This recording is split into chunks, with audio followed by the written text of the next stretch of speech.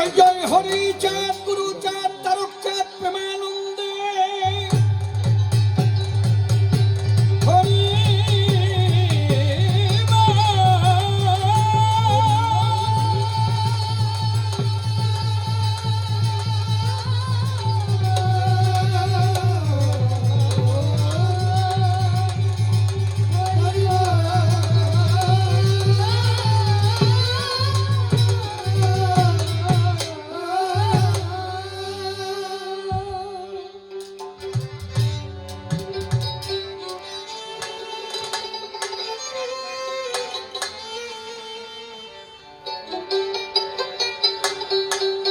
ও দয়াল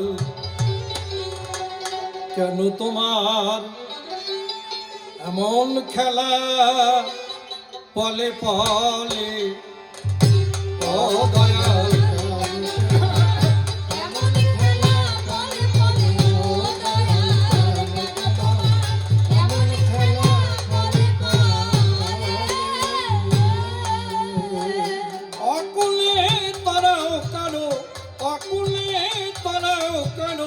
কারোবা তবু জলে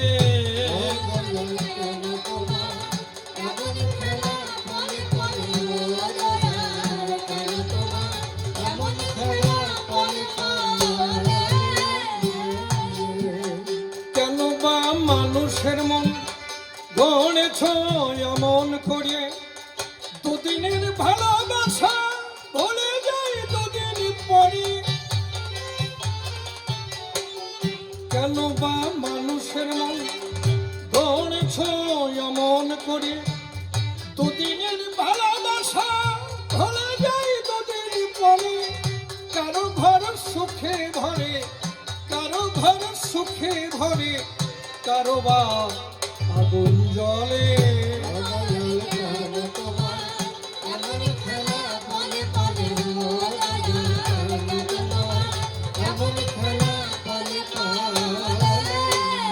কেন বা সাথী হারানো সাথী তীরে নিদারুণ ব্যথা সয়ে আনলা ঘুরে ফিরে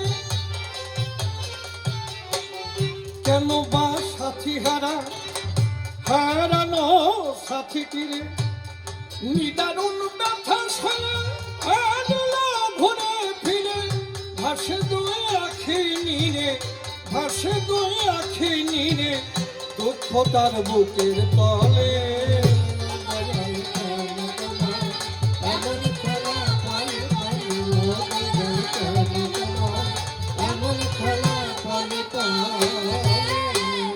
কেন বা দমকা ঝড়ে নিভে যায় আশার বাতি কারো পর আলোয় ভরে কারো বা আধা রাতি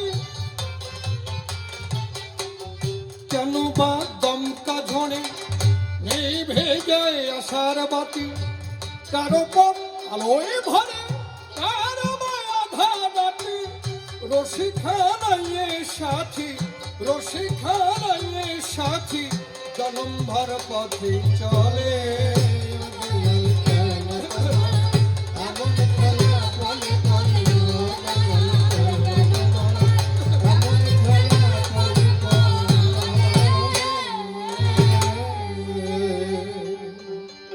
গুরু পিতা গুরু মাতা গুরু ভগ্নী গুরু ভ্রাতা গুরু সর্ব ভয়ত্রাতা জীবনন্তকালে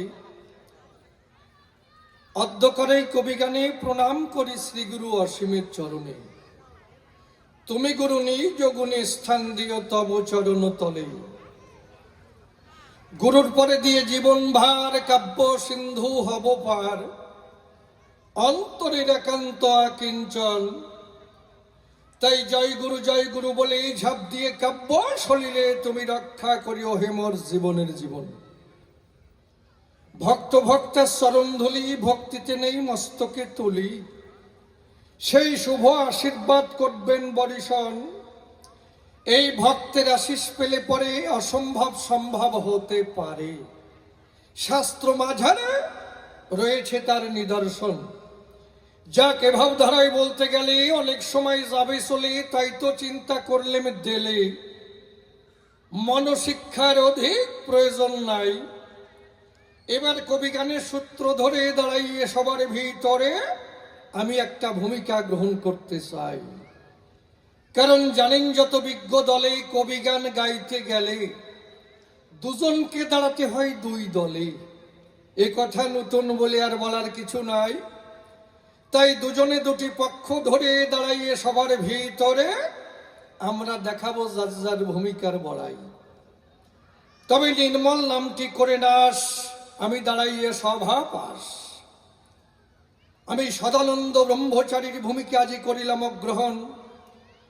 আমার বিপক্ষীয় বক্তা যিনি আচার্য মহানন্দ হালদার মহাশয়, তিনি তাঁর শ্রীপাদ পদ্মে ভক্তিপূর্ণ প্রণাম আমি করিনু অর্পণ। এবার কোথা থেকে আলোচনা, বসে শুনুন সৌধি জনা, আমি এক এক করি উত্থাপন। আমি একজন কৃষ্ণ ভক্ত, কৃষ্ণ নামে আসক্ত, এই নাম করি সর্বক্ষণ।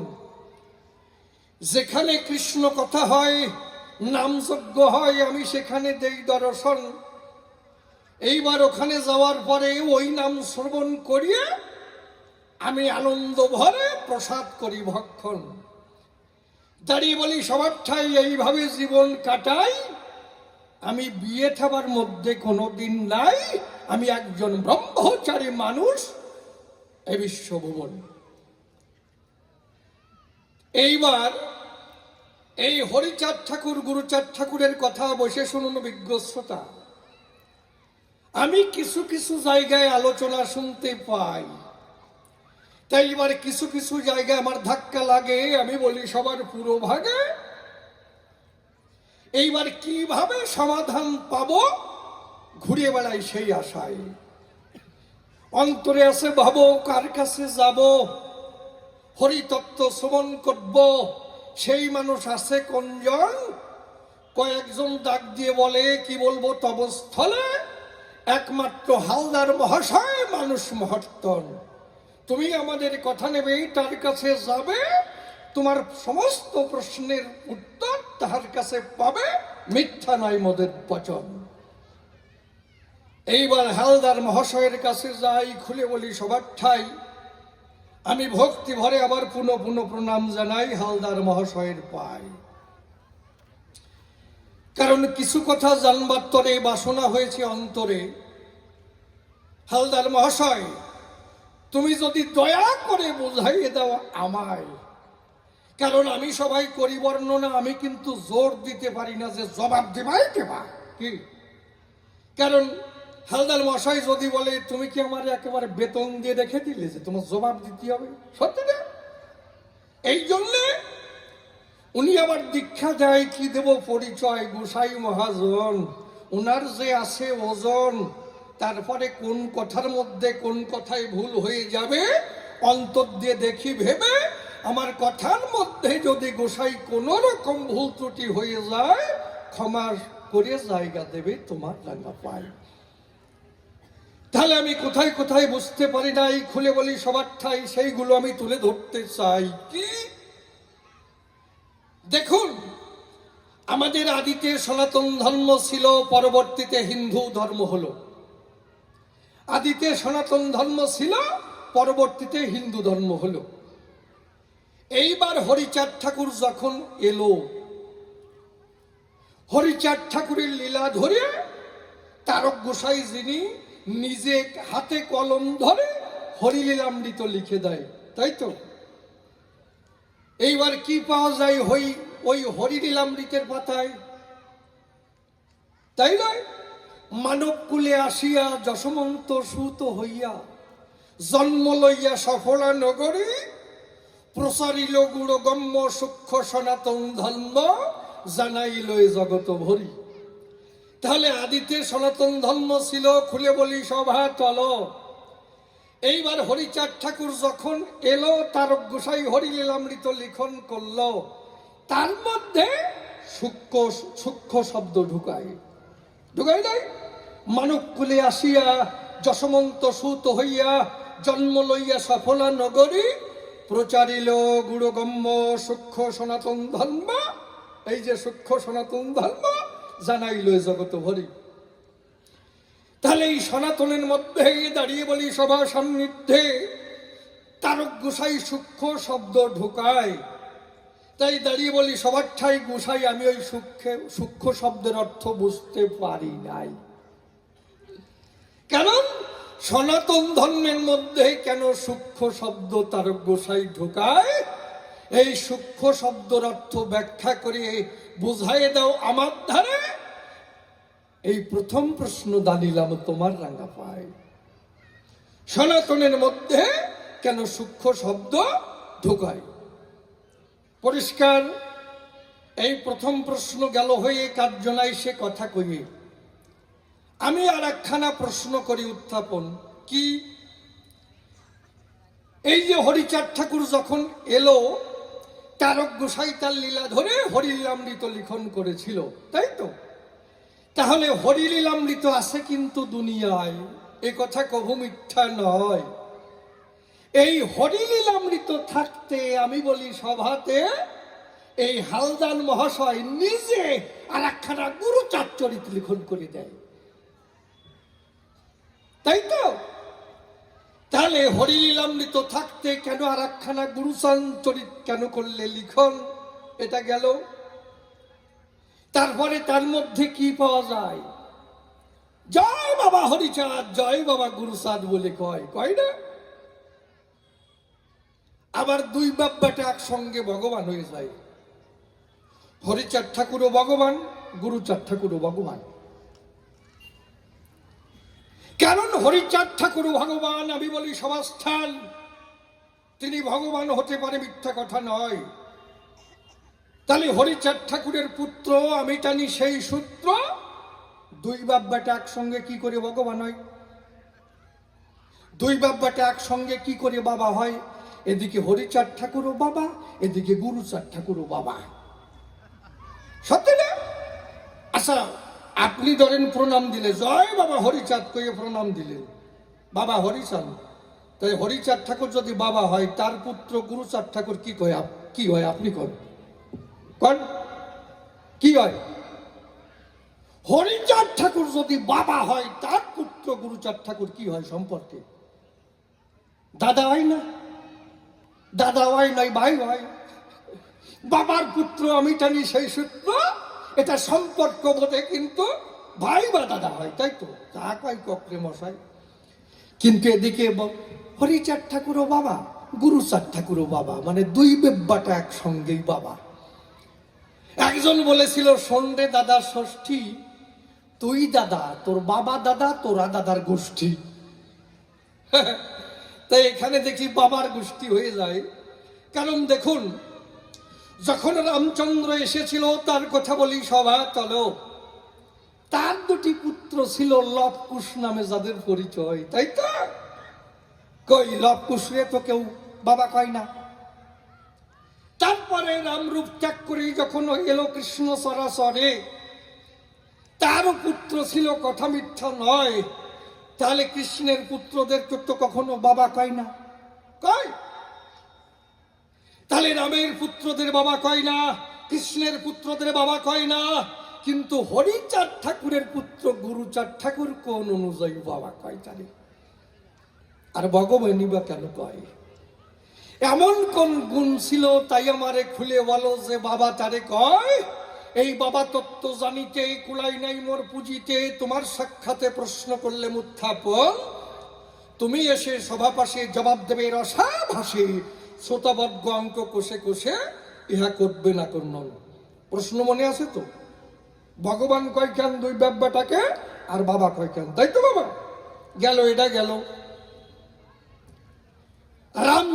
রাম যুগে যদি যাই, খুলে বলি সবার ঠাই, সেখানে কোনো পাগল নাই। কৃষ্ণের বাজারে যখন যাই, সেখানে কোনো পাগল নাই। কিন্তু হরিচাঁদ ঠাকুরের বাজারে যখন যাই, পাগলের আর অভাব নাই।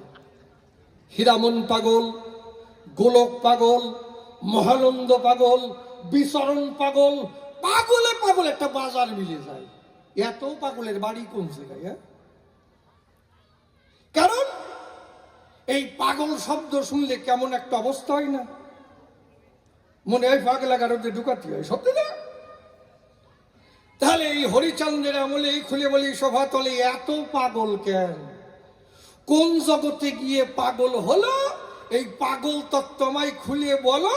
এই পাগল তত্ত্ব জানবার আছে অভিপ্রায়। মানুষ পাগল হয় কোন কায়দায়? কারো যদি 5 লাখ টাকা হারাইয়ে যায়, সবাই না, কেউ কেউ পাগল হয়ে যায়, হয় না? কারো জমি যদি জাল হয়ে যায়, সে পাগল হবে না? 2 বিঘে জমি রাখলো, জাল হয়ে গেল, যদি পাগল না হয় আর একজন হতেই পারে। আবার দেখবেন এই যে সবাই না, অনেকের স্বামী দুবাইতে কাজ করে না, সবাই না, কিছু কিছু আছে বেদারা।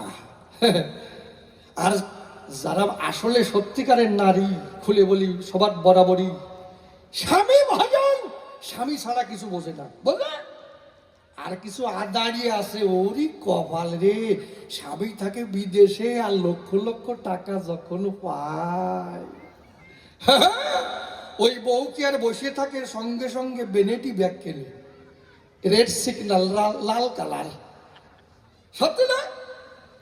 তারপরেও বসে থাকবে না, ওই বেনেটি ব্যাগ নিয়ে একেবারে লিপস্টিক নিয়ে ঘুরে বেড়াবে।